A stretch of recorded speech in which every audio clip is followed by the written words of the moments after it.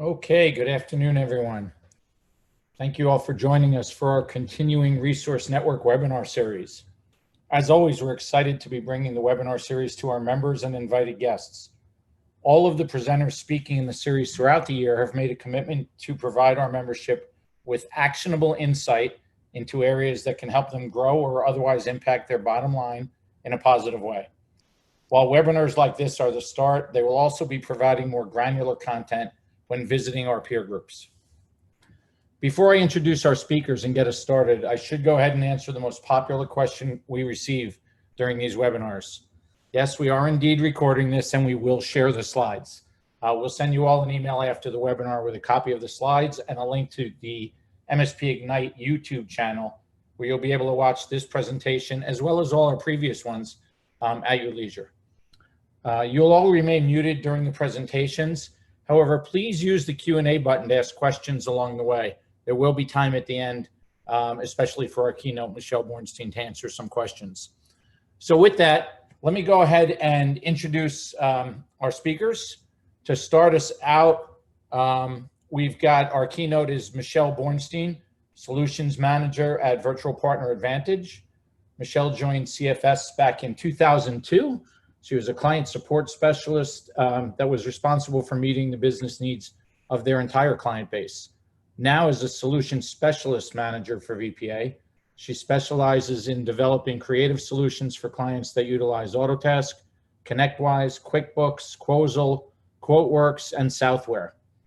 With her previous experience as a systems specialist, programmer, project manager for a New Orleans-based reseller, as well as 16 years of consulting with technology clients, she provides a thorough understanding of the industry and a strong commitment to the success of their clients. And when she's not working, she loves to travel the globe.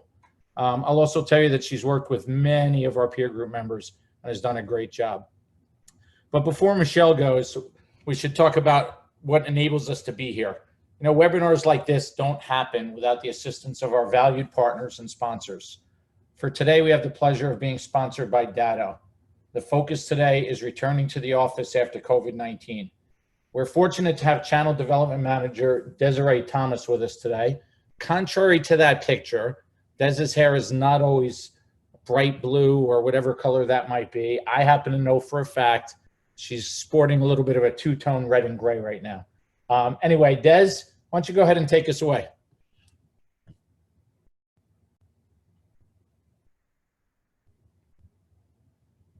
Perfect. Thank you so much. That was a fantastic introduction. I'm super excited to be here today. So thank you for inviting me, Steve. I really appreciate it. I've been in a lot of events with you over the last little bit, and I have to say that you've helped my skills grow as a person as well as within my position. So I'm really excited that I get the opportunity to help you on this. To let everyone know who might not know me, my name is Desiree. I'm one of the channel development managers at Datto. What that means in a different world, I would be traveling about 70% of the time, going to events like going to DattoCon, doing presentations, doing MDF events, a ton of information, a ton of presenting, and now instead I'm sitting in front of my computer here presenting to you, which is a little bit different, and I have to say that I miss all your faces. So today I want to cover, in the last 100 days, I think it's 100 days today, we've been through a lot of things, whether it be that work from home environment, and now we're kind of moving back into this weird place of going back into the office. And it's funny because, Steve, how many meetings that we attend together, and you hear people all over the US and all over Canada. I am Canadian as well, so forgive me for that ahead of time, but all over the US and all over Canada who are in different places. So it's a really interesting time to see what returning to the office after this last 100 days might actually end up being, and how do you prepare yourself when half your office might be wanting to go back, half the office doesn't. So I've got some cool steps that I put together, and then I do have a checklist that is available for anybody after the presentation. So preparing to go back to the office, I've broken up this presentation into 4 different little slides. There is a ton more information, but I just found what I thought was the most valuable and what in my day-to-day conversations that people are bringing up the most. So I'm going to break this out to people, office space, technology, and then your clients. Everybody is in a different place. Like I said, every situation is completely unique. So it's really evaluating your plan with these specific components in mind that can help you keep organized and then help you anticipate any obstacles that might come across.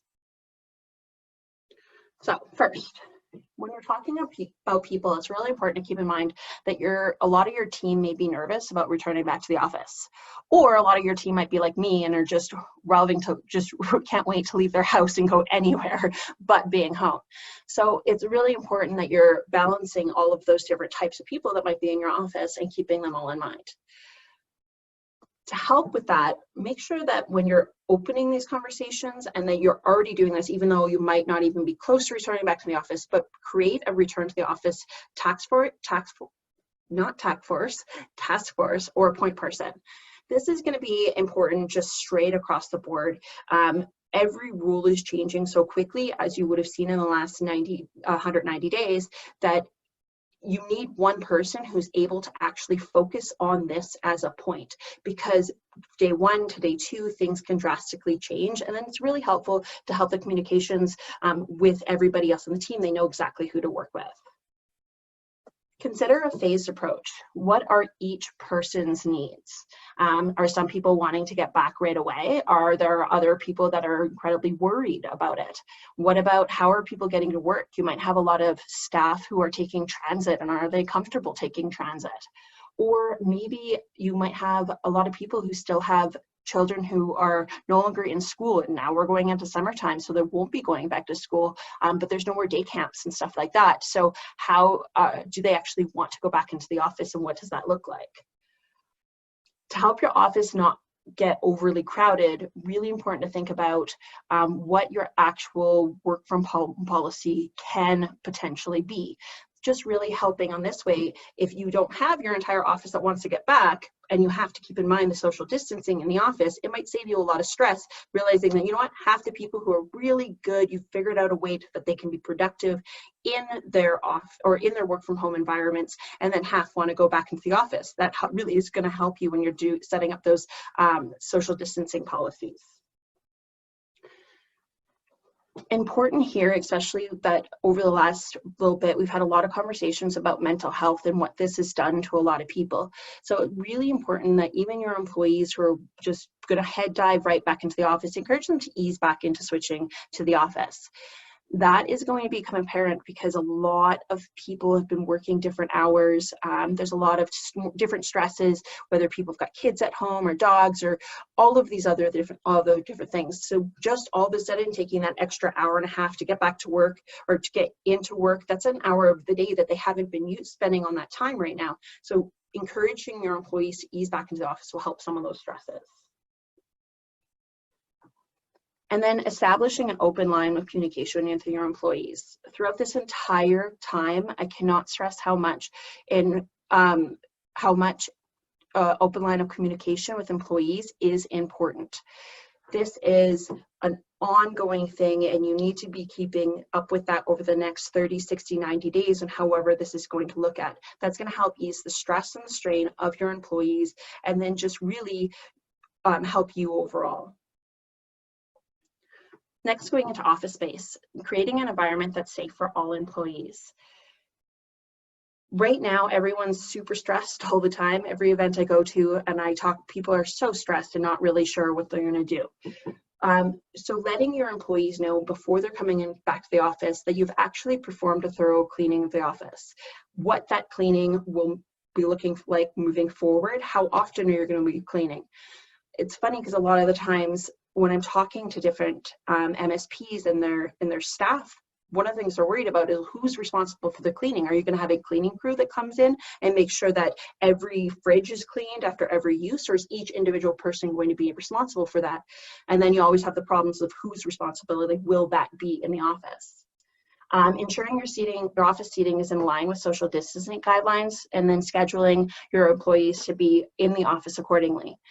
That goes with the scattered. You might have employees coming in at 6 and then 7, at 8, just through different times of the day, so you're not crowding the entrances and the exits as people are leaving. So really important to figure out what your employees' needs will actually be, and if there's a good opportunity for you to take some stress off your back by actually having this already set up. Establishing guidelines for group meetings. We all have, most offices have a good office space, and you have those boardrooms. What are those boardrooms going to look like? Most boardrooms, 10 people max. Now you're looking at 50% occupancy. So what will actual boardrooms and group meetings look like now? And making sure that you have those outlines set in place, so that way you don't end up with 10 or 20 people in a room that should not have that many people in, and just really helps with the health and safety of all your staff. Make sure, once again, communicate all this information to your employees, and make sure that you to let them know and then make them feel safe and secure that you've taken all the steps to ensure their safety. Establish guidelines for visitors entering your office, and then really make sure that you're actually posting these at all the entrances. Sadly, it's going to be really, really important to anybody coming into your office that they understand the guidelines that you've already set in place. And then what really sucks is you're going to need to have a reclosure plan just in case this is at the end of this. So making sure that you have all the steps in place that if you do have to reclose, will help you save the stresses and any of those hiccups that you already would have came into place when we had to do this the first time around. Next, technology. Your technology goal is to ensure that your employees have what they need to do their jobs effectively from their home or the office. We started this whole thing with a talk about work from home. We're not really talking about work from home anymore. Now we're talking about the work from anywhere. So can your staff work effectively from anywhere that they need to, whether that be home or office or a mixture of everything, including hopefully eventually the coffee shop? So with this, you got to creating a list to evaluate any new technology that was deployed during the crisis. In the last 90 days, how many products did you deploy, or how many products did you not use? Taking time to actually look over all those changes and then make sure the security was in place moving forward. Identify any vendors that maybe fell short during this crisis, evaluating the tools that you may or may not need, that you didn't have, and that they might be worth looking into. As an example, collaboration tools. How were you guys storing and securing your passwords? Did you have a good backup plan? How did that backup plan and continuity plan work for you? That's a really good time to actually evaluate how that actual process happened, and to see if you need to make any changes. Auditing all your employees and the tech that they're using, especially if there's tech that was deployed in the last 90 days, or computers. Computers is a really big one, especially when we're talking about security. So taking a list to document all your employees who use personal computers to work from home, and is that an opportunity then for to make sure that they use those correctly, or can you now get computers for them that they can work from home if needed? With all of this, you really need to conduct a gap analysis within your business. When it came from work from home and the security within the business, did you do a good job? Was that okay? And make sure that you're taking a step back and looking at where you can make changes to fix things. Of course, scheduling and reviewing your disaster recovery plan. How did that business continuity solution work for you? How did your business continuity solution work? Were you able to go from the office to work from home really quickly and easily, and make sure that if you have to go back to the same thing, if we have to do that all again, how quickly and easily you can do it again. Now, once you've done all that, clients, helping your clients get back into the office. We've already done a lot of work to secure your offices and do all the feedback within your own business. So scheduling a review of each of your clients' state that not only the changes to your business, but your clients as well. You need to be their trusted advisor. Your PSA can help you plan, schedule, and track your clients. So make sure you're leveraging your PSA, and then develop and conduct an after-action review with your clients. what did you do well? What could you have done better? And having that complete plan with your clients, that in case you do have to go back, or if something else was ever like this to happen again. And really, it's a great learning opportunity across the board. And when you did an awesome job, because I know so many of you did such an amazing job. I talk to your end users every day. So many of your users you've done such a great job. It's really important to actually recognize that as well, especially if you're going to be doing your reviews. Plan for the future, and then review your current disaster recovery plan with your clients. If you did well, awesome, make sure that they can see it. And then if there's places to learn, make sure you're learning as well. And this is where we have a fantastic checklist. We have a fantastic checklist that we can send to you at any point in time. I'll have at salestools@data.com that I'll show you, and the checklist will help you with any of these steps. So during COVID, how has Data been helping? We've done a ton of, there's been a ton of information that we put out there, whether it be helping with the financing questions. We've got just a ton of information that you're welcome to visit any point in time at data.com/help center. And then what's next? We've developed the checklist that I was just talking about, and then I've got a couple other tidbits of information in my last couple of minutes here. For Data, if you've never been to one of our partner summits and when you're a partner, we just created some brand new content. Luckily, my other partners in crime got to actually fly and record in one place, which I'm pretty jealous about. But our partner summits, ton of educational content. You get to see how the Data products actually work together. MSP Easy and the Academy, a ton of information and educational content to help you be able to help run your businesses better, whether it be using Data products or not. MDF, I can't talk about MDF enough. Even with not traveling as much, I am constantly doing 1 to a dozen webinars a week for my partners to help promote their businesses to their clients, their prospects. So if you are a Data partner and you want to talk about MDF, or just have one of us come and do a webinar, please reach out to your rep. We can help you out with that. Partner program, and then Market Now. Market Now is super duper important. Got a couple more seconds here. Market Now, definitely got co-brandable content, pre-built campaigns. There's a ton of marketing. I know every year that we do our what is your biggest pain points, marketing and automation is one of those biggest things. So please take a look at the Market Now as well. Ton of information here, the COVID resource playbook, and then that would be pretty much everything I have to say.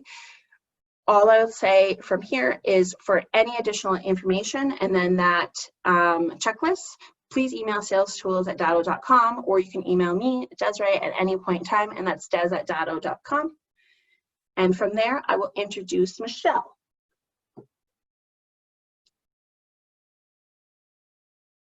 Thanks, Des. I am super happy to be here, and I know, Des, you gave a warm thank you to Steve, and I too am very grateful for this opportunity.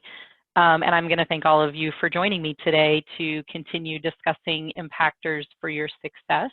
I know the first session, if you were on that, there was a lot of content, a lot of numbers, and so if you're coming back for a second round, I appreciate that.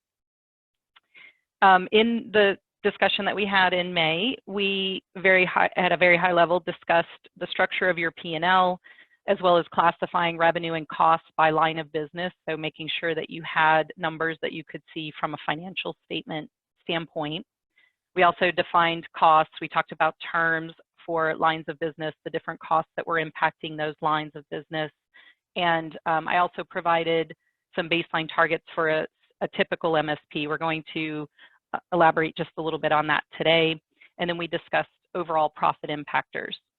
The forecast calculator that was included in the first session has been modified slightly so that you can actually put in your actual numbers compared to where you want to go. So that forecasting component is available. And I believe that Laura will email the actual spreadsheet calculator to you all, or provide you with a download link. The goal for today is to help you to understand where your numbers are and then where you want to go over the next year. Our agenda is going to be following the same format. So we'll be talking about analyzing profits, analyzing people, and then growing partnerships. In order to measure how your business is performing, it's really important to have a standard or a baseline to measure against. So in this case, we have the handful of baseline targets that we defined in the prior session, but just to make sure everyone's on the same page, our lines of business here are managed MRR. So that would be revenue that's being billed on a monthly basis. It should remain relatively the same as you go month to month, unless you're adding clients, changing services, or you have clients that are leaving you. From a professional services line of business, we're talking about revenue that's associated with projects or time and materials, labor billing. It's typically going to fluctuate month to month. And then from a product standpoint, that is items that are purchased one time for resale. So hardware and software, not something that you're selling on a monthly basis. As we kind of go across the top here, we have some targets that we find valuable for measurement. The first one is your target percentage of revenue compared to your overall revenue mix. So in an MRR business, if we're trying to become an MSP or we're driving in that direction, we want to see that our recurring revenue is making up about 55% of our total revenue. As you start to see your recurring revenue grow, that number may become even greater, and so that is a healthy MRR number to shoot for. As we go to targeting percentage of cost to total revenue, what we're looking for here is that whatever costs you have associated with the specific line of business, it should fit somewhere within this target range. So 50% of your costs, so that could be hard costs, that can be subcontractors, vendor services, 50% of those costs should be associated with the MRR revenue, 45% for professional. I do not have a percentage target for product since most of us aren't leading with product, but if your lines of business or your business model was slightly different, then those target percentages could be adjusted. From a target percentage of gross profit, we're targeting for 60% gross profit on managed recurring revenue, 40% for professional services, and then the remaining would be related to the product gross profit. The two additional columns that you see here that weren't on the May presentation is focused more on the resource or the people analyzer. So dealing with billable utilization, we want to see somewhere in the managed recurring revenue resource space, we want to see them billing at 87% or more. So you may be working with a completely different model where your managed recurring services are being supported by 90% or 95% billable utilization resources. But I would say as a base or a good number, 87% billable would be good for MRR. Professional service resources would be 72% or more. The last column is just a quick cost multiplier. So when we start to talk about the time that people are recording and how much does that cost you, we want to be able to have some healthy number to work with, not just base compensation, but what is it when we multiply it out by all of the different costs that go into having that resource on staff. So the 1.5 multiplier is here. Your number may be slightly higher or lower, but we're going to go with a middle of the range number here. The link at the bottom of this slide is just giving you a link back to Steve's YouTube channel. So if you are lost a little bit in our session 2 here, you can click the link and be able to go see the information from the first session. So digging into the numbers just a bit, keeping in mind that these are sample numbers, but they are included in the forecasting calculator so that you can see where the information is coming from. And I think oftentimes we're told, let's focus on growth, let's get more revenue coming in, but there's a lot of other pieces to that puzzle that can impact your success. So we're going to talk first about revenue, but then we will be adding in costs and profits and people as well so that you get a bigger picture of this puzzle. In this chart, we're seeing that revenue is still separated by the line of business. We have some sample revenue numbers here, And then what is our revenue mix in relation to the overall revenue? So if our target for monthly recurring is somewhere around 55%, this particular set of data is coming in at 50%. So we're not very far off from the target, but if we can make it better, or if we're trying to grow that managed service practice, we would want to see our revenue mix increase. As you are working through the calculator or thinking about what are you projecting as you move through the rest of 2020, thinking about that percentage of revenue change. So if we're trying to build a managed service practice, we're going to want to increase revenue coming in. So in this particular sample, I've put 12% growth on the managed services line of business and 5% for professional and nothing for product. Typically what I'm seeing is that if you are onboarding a managed service client, you are also incurring some sort of professional services or product sales associated with that. So I didn't want to completely ignore that you may have some growth in those areas as well. But again, we're trying to grow an MSP or make sure you're a successful MSP. So putting the revenue increase on the MRR as a priority. As we work through this presentation of columns, the same concepts of what is my revenue mix in comparison to the overall mix. We've moved the needle slightly above 50% for our MRR. It's coming in at 52% now. And then of course, if you're more aggressive with your sales or your growth model, the more of your targeted projected percentage of change, then the closer you would be to that MRR target of 55%.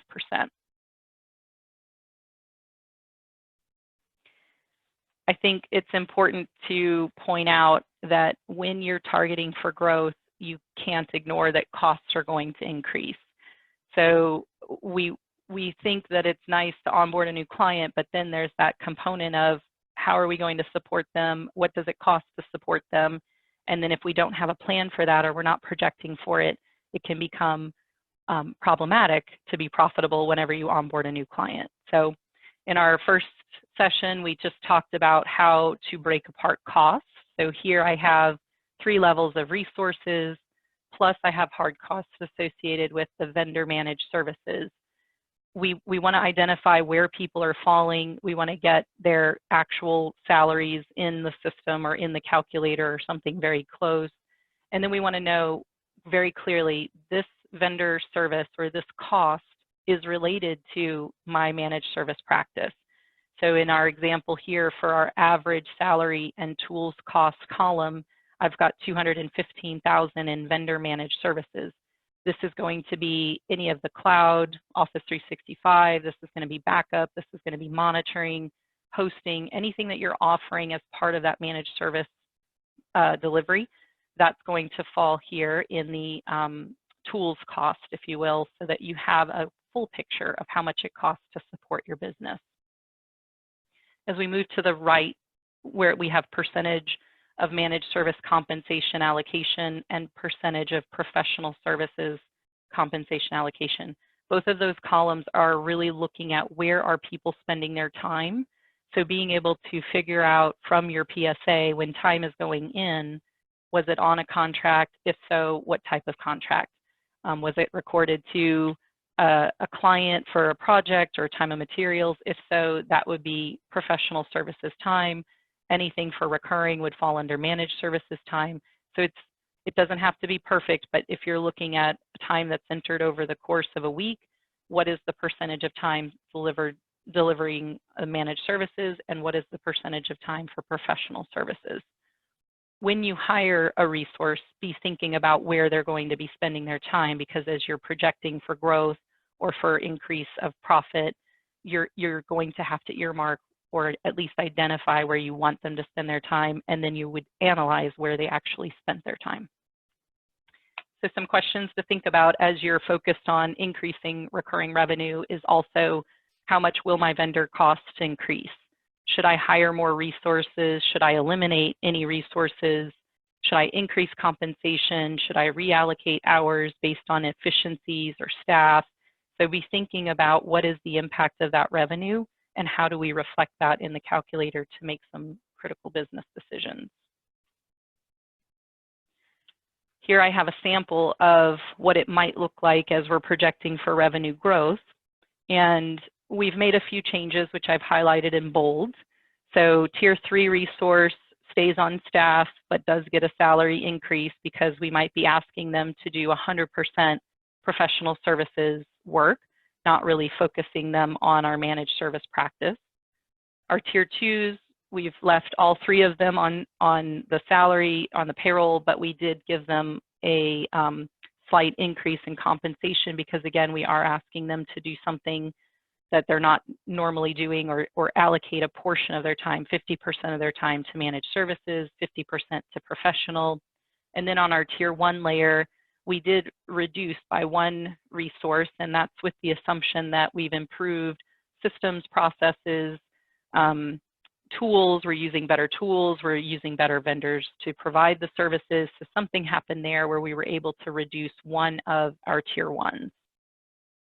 We've also bumped or estimated a bump for the vendor managed services, and this calculation is just 20% of the total recurring revenue, whatever that percentage breaks out to, putting it here, making some assumptions. Again, I would, in your own space for analytics, I would suggest going and actually pulling the data and then making a realistic estimate projection on the calculator.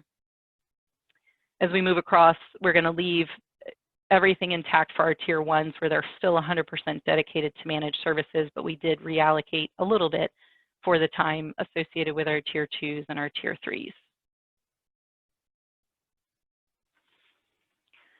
So at the end of the day, after we have some analysis for revenue and for costs, we want to be able to analyze our profit, and we want to know what is it right now in relation to the targets, and then where would it be going based on some of the changes, whether it's revenue, costs, what's happening to drive that profit up or down. In this sample, we just have the recap of the numbers, total revenue, total costs, and then we have our targets, 60% target for managed recurring revenue.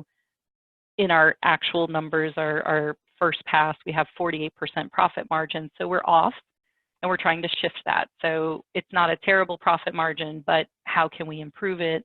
And then the same is true for professional services. We're fairly profitable there, but that's really not the area that we're trying to grow. So what does it look like with a shift? And at the end of the day, we're still 50% profitable, which is very excellent. But if we're striving for success, then how would we be able to move that and increase our profits? So in working with the samples that we started with, our 12% revenue increase, a little bump for cost, some realignment with the resources on time and staff, we actually increased our profit margin to 54% with slight adjustments. If I had made no adjustments, so just increased revenue but left everything the same, budgeted a little bit for that vendor cost, any of the services that you're reselling, we were coming in at 51% profit. So a difference of 3 percentage points on profit margin can make a big difference depending on the dollar amount that we're talking about. So when you start to think strategically about growth, let's think strategically about cost as well.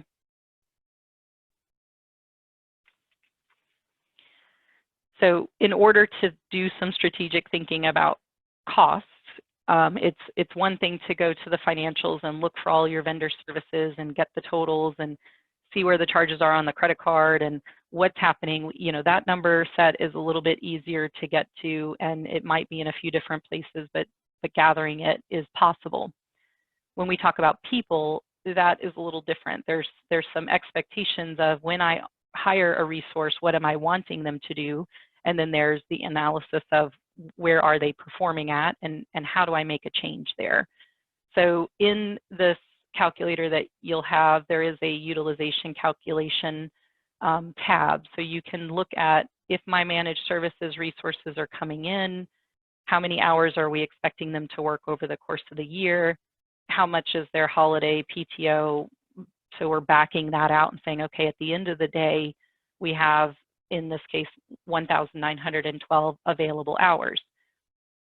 Most people do not bill 1,912 hours. They're billing some other adjusted number, and that's based on what are you expecting them to do throughout their workday, How many meetings do you have? Are they in training? Do they have to travel? So there's all sorts of variables that start to take away from their billable hours, but the goal is to be able to analyze that and know, yep, we're on track, or no, we're not, and then what are we doing to change those performance numbers. So as we come through in this calculation of expecting that our tier ones, basically our managed service resources, are billable at least 7 hours a day, we are exceeding the target baseline of 87%. The goal is to figure out, are they really billable 7 hours a day?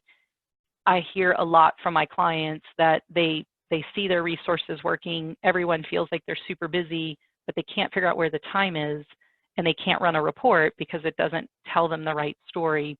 So backing into, how is time being entered? What work types are we using? Are they recording time to the client?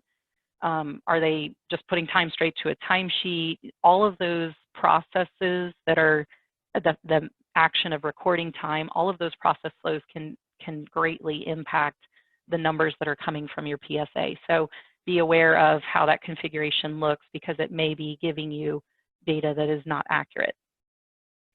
For the professional services resource, same thing, but realistically, we don't see them billing 7 or 8 hours a day. We see a professional services resource billing a little bit less. In this calculation, they're still dropping in at 75%, which is exceeding our target.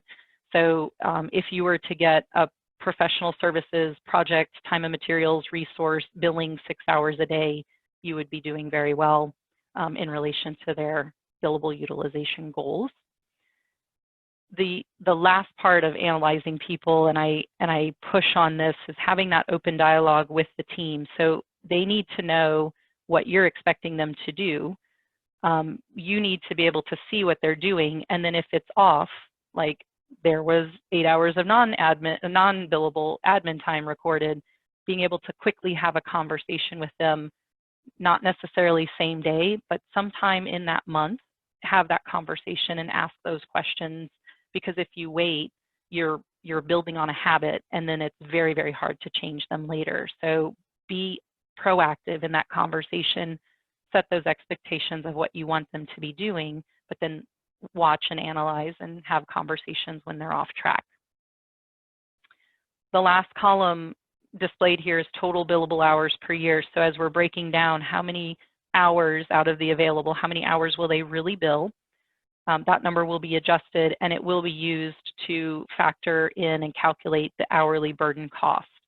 I have some clients who just say, whatever the cost is for the resource, we're going to mark it up, and then we're going to assume that they're billable, and we're not really going to worry about this last calculation.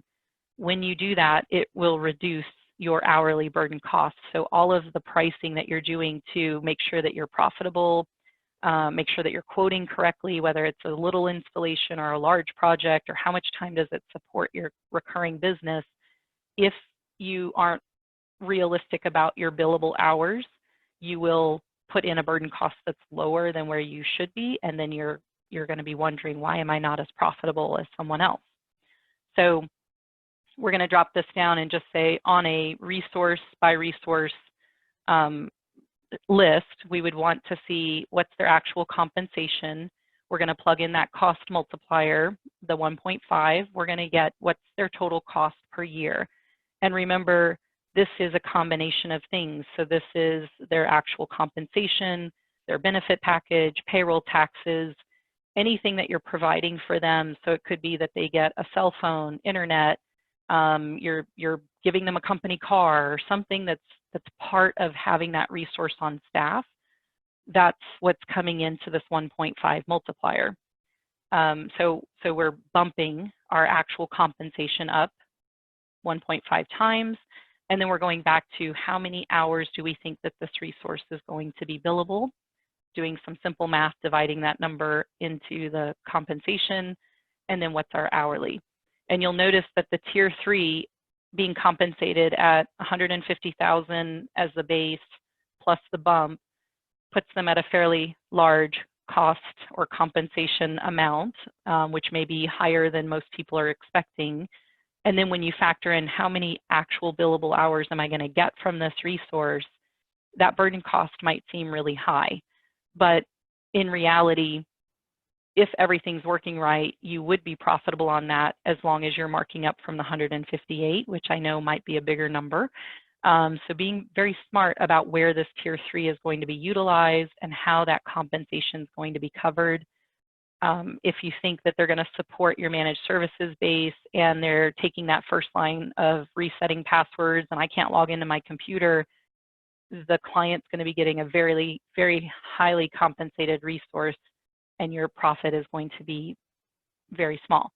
So be smart about how much you're allocating for this tier 3 to the managed service practice, and then come over and say, okay, how can we utilize them and how do we mark that cost up, that hourly burden cost up, so that we are profitable on them.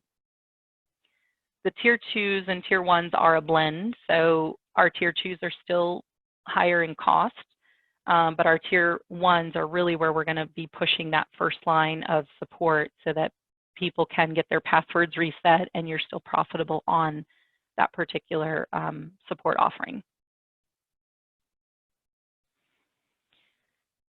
So I always think it's important to focus on client partnerships and growing that client partnership, because it's extremely difficult to onboard a new client, get them to trust you, do everything that you say that they need to do, be a good client where they don't call you a million times a day and you're just spinning your wheels trying to get them to move forward and stabilize.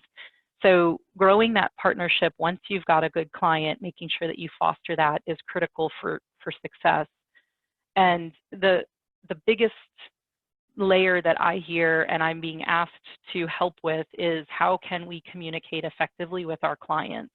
And it's everything from new technology is out, clients is panicking, so Datto's on there and they've released this new update. I didn't get a million calls because our clients, if you're using the Datto Autotask space, you're ready for the release, but anybody that I'm helping with ConnectWise, when they do a release, I do get calls. So I am always striving to communicate, hey, release is coming out, here's how we can use this. Your teams can do that too, but we have to push on it. We have to say clear communication, often, proactively, it's critical, and then anticipating what is it that the client needs from you, the pain points that they have, and then their desires. It's one thing to just wait for them to call and say, hey, I'm thinking about this, can you help me, versus have you thought about this? I see that this is coming out, or this is a software that you're using today. Have you thought about how it's going to impact your business when you roll it out? So being that trusted advisor, that proactive communication line, keeping that open is going to get that partnership growth that we're looking for. The second component of this is building trust. So your client is with you for a reason, and they trust you and they trust the team, and you want to foster that. You want to continue to keep that trust growing. It's important that when the client starts to trust you, that you're fostering that piece, that action that was being taken to get that trust built. So again, we're listening for issues, pain points, desires. We're communicating openly and proactively so that they feel comfortable coming to you. And then the same is true, ensuring that your team trusts you. So your resources are your first line of growth or partnership. They may not realize that they are the ones that have a direct impact on that partnership. They may just think, well, I'm here on the help desk and I'm waiting for them to call. But we need to make sure that they trust where you're going with it, and that they're confident, that they know, yes, I can help this client. I have all the tools I need to help them. I'm communicating effectively. So making sure that they're trusting you and you're communicating openly and coaching with them to get them to build that trust so that they work effectively for you as well. And then this last layer, I think, is so interesting, the delivery of value, or the value proposition. I'm hearing it so much now in technology, and I think it can be challenging sometimes in technology because we are delivering on software, hardware, services that just need to work. It's very hard to equate value to that, and it can be overlooked. So I definitely think of value as something where you're serving your clients to help them be successful first. So if your client is there, they're growing, they're successful, they have what they need, then as you serve them, you too, in turn, will be successful, you'll be able to grow, and you'll have what you need. So looking for ways to bring value into the conversation with them, which could be that quarterly check-in, but it could be a monthly email. It could be a follow-up to a support request that seemed pretty easy, just going in and saying, hey, how did it go? Did you have everything that you needed? Trying to establish a connection where they think of you as a person or people helping them versus a cost on their financials. So looking for ways to get value into the conversation so that that partnership is strong will help you be successful.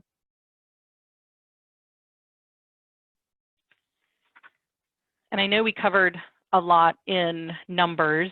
We didn't dive as deep into the numbers as in the May session, but we are talking about moving lots of different things. And, you know, in your peer groups, you may be hearing it or reading something that's coming in via email and thinking, oh yes, I need to grow, so I need to sell more services, or I'm trying to get out of product and professional services over to managed services, so I'm just going to go after that. I'm going to market to that. So as we kind of talk about revenue and projecting revenue, we have to remember that there's a cost component and then there's a profit impactor. I've seen it a lot where we grow really fast and then we don't have the staff, so then that obviously leads to loss of revenue most of the time. Or if you grow really fast, you've got lots of revenue coming in, but the team is not ready, or the system is not ready, or they don't have a clear process, then it can impact your chance to continue that growth. So thinking about what is the impact when we grow, are we ready to grow? And if not, what is it that we need to do to be ready for that? Making some decisions about cost. We did talk about what are our costs, what kind of costs do we have coming in, finding those vendor services, the cost associated with any vendor resale of vendor services, that's important, but also making some decisions about your staff or your team. They are integral to the organization. They are our highest cost, making sure that you're smart about what do they do for us? Are we profitable? If we're not, what can we change? There's many times when I work with clients that are concerned about the resources or the staff that they have supporting them, but their family or they've been with them forever. And so then there's a different conversation of how else can we utilize this resource so that we're profitable. That's important to think about when we're thinking about revenue increase, making sure that we're smart about the costs that are associated with that. And then using the tools for this decision making. So making sure that your financials are telling you the right story about your costs, making sure that things that should not be in expenses but recorded in costs are there, so that when you are asking for a financial statement, you're getting the right story. The same is true from your PSA. Even if you don't know all of the tiny little cost amounts, but you know that you're paying a vendor for services, or you know that you have a cost associated with an agreement or a contract, making sure that your PSA is telling you something about it is always the first step.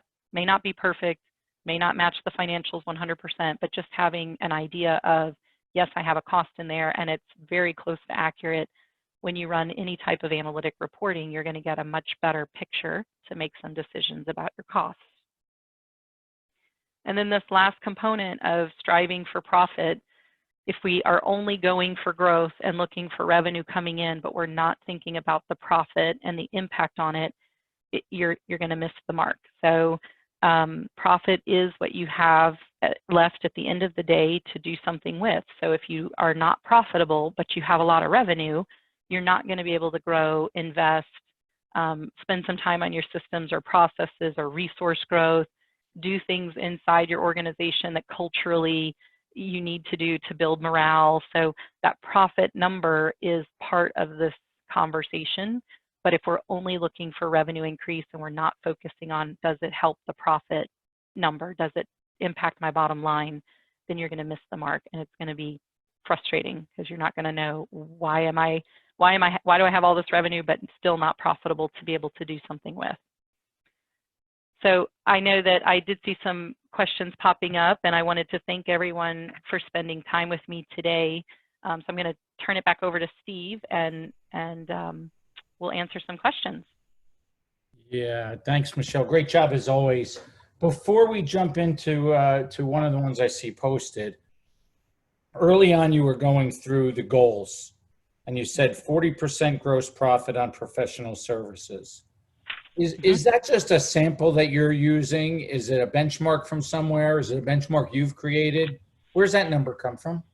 The 40% on professional services is the cost of the resource. So as you think about that tier 3 resource or those tier 2s, what do we need to have for that gross profit for us to be profitable? You don't want to see professional services profit coming in at 10%. Even 20% is a little low, because it's basically whatever you're making for the sale, you're going to be paying it out for your resource support or your resource hours that are being delivered. Right. It looked a little low to me. That's why I'm asking the question. I think the biggest thing that you and I have worked together now for, I don't know, 8 years or so. And the one thing I always come back to is the whole concept of just know your numbers. And understanding your numbers. We talk about it a lot in peer group, where we ask people to report on their numbers, and it's benchmarking and everything else. And I'm constantly saying, if your struggle is to report these numbers for the purpose of benchmarking, you're kind of missing the point. We're trying to get you to understand you should spend more time with your numbers and understanding them. Along those lines, Brian Martins is asking the question. He has a two-parter here, but assuming you know that your resources are only 60% utilized for whatever reason, do you crank up the burden rate to adjust for that? What's your thoughts? My thoughts are yes, which makes most people very frustrated, because the question would be, are they not utilized because you don't have the client business coming in where they can be busy and utilized, or are they choosing not to do work that would be billable work? So if at the end of the day they're 60% utilized, but they're supporting your managed service practice, having a conversation about resource staff, how many resources do we need to support this business? Do we maybe have some unique service offerings that's requiring this team that I can't outsource, I can't get a subcontractor, I must have this team on staff? And then the question is, are you going to go after more of that business? If it's not something that you're driving forward into in the future, and you're just keeping staff on that are underutilized, they're costing you a lot of money, and you should be realistic about their hourly cost,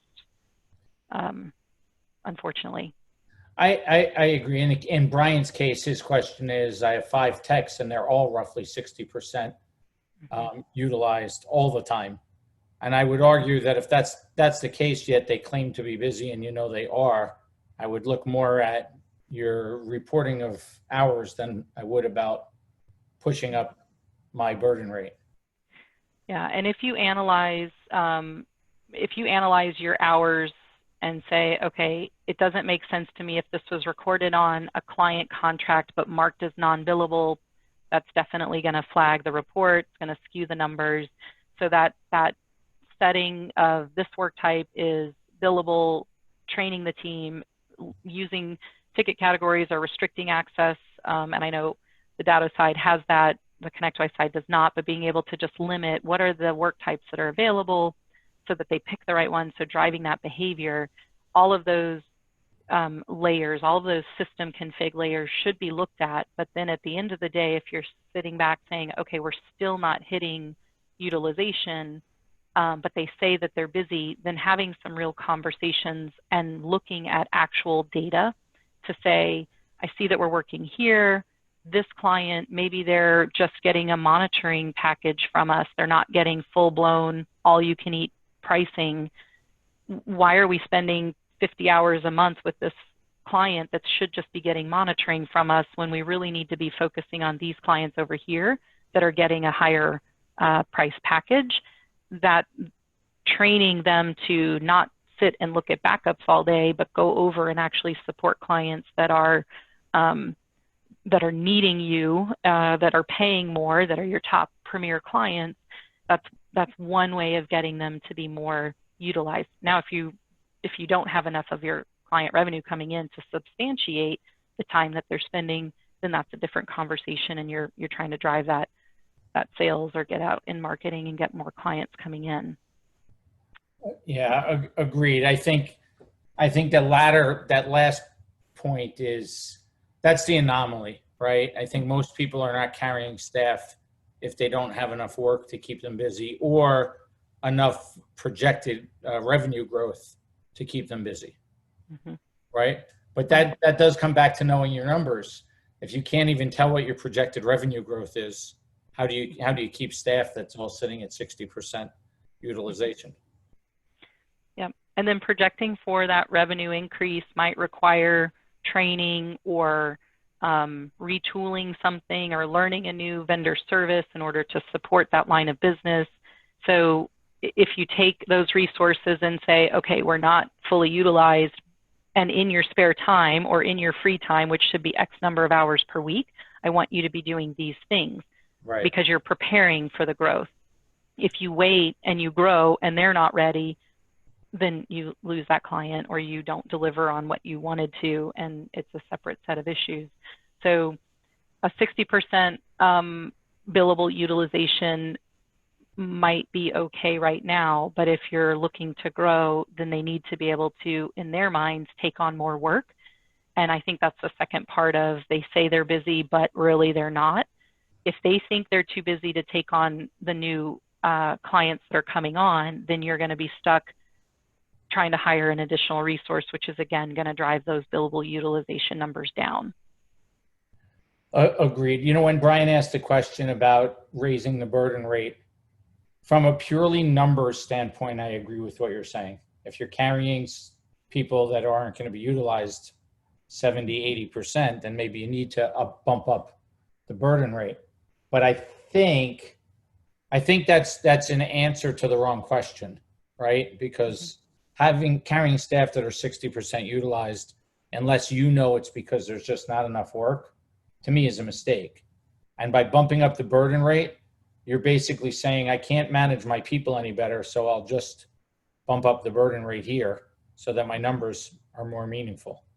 Yeah. So that concerns me to go that route. I think you're right. If you're carrying it that way, it makes sense, but it concerns me. I love the slide on analyzing your profit. I think so many people on this call and in our peer groups, mostly the smaller MSPs, the 10 employees and less, or even the 15 and less, they look down at their profit and go, oh, good, it's double digits. I'm happy. I'm good. What they don't do is analyze where it's coming from or what to tweak to get it to go up 1 or 2 percentage points if that's what they're looking to do. And I think that to me is the biggest message from today is not only analyze your numbers, analyze your profits, look at your profits, but know how to make them change. Know what a small change will do to the bottom line and go that route. Michelle, as always, great job. I want to thank everyone for their time today. We hope the information you received was actionable and helpful. For those not already participating in one of our peer groups, please reach out to us so we can discuss the value along with our money back guarantee. Michelle and Des, as always, thank you for your time. Folks, you've got their contact info on the screen right now. You will receive this deck, so you will have that. Please reach out to either one of them if you have any questions about what they presented here or anything else related to their companies or how to make your practice stronger. So thanks again, and we'll see everybody again next month. Thank you.